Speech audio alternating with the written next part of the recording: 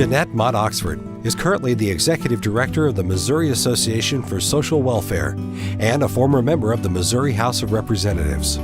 Jeanette was the first openly gay member of the House, and in this interview discusses the health in the LGBTQ community. Beyond the special issues that LGBTQ folks have related to health, things like the way that real oppression can create trouble for people finding employment or having legal rights around their relationships. The fact that they partner, there are a lot of rights that are denied to same-sex couples that are there for other couples. That can create a lot of stress that has health consequences.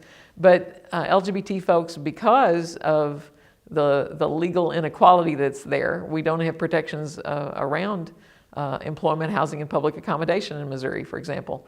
That means that we are more apt to have a high poverty rate in the LGBTQ community, which is not something that everybody recognizes. If you have trouble finding employment and a lot of the access to health benefits, to health insurance, goes through your employer, then that means a lot of LGBTQ folks may be living without health insurance. Now, the Affordable Care Act is going to change that some, and we hope it changes it a lot, since there are over 800,000 Missourians who don't have health insurance.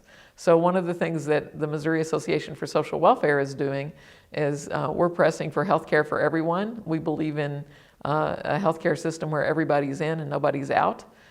We think that a national single-payer system would be the most cost-effective way to do that. Most industrialized nations do have a national single-payer health system, sort of like Medicare is for older people in the United States. So that's something for which we advocate. We also advocate for parity between physical health and mental health. We greatly underfund the mental health system in Missouri, and we would like to see our state address its inadequate, outdated, and unfair tax system so that we have enough revenue in order to provide adequately for essential programs like mental health.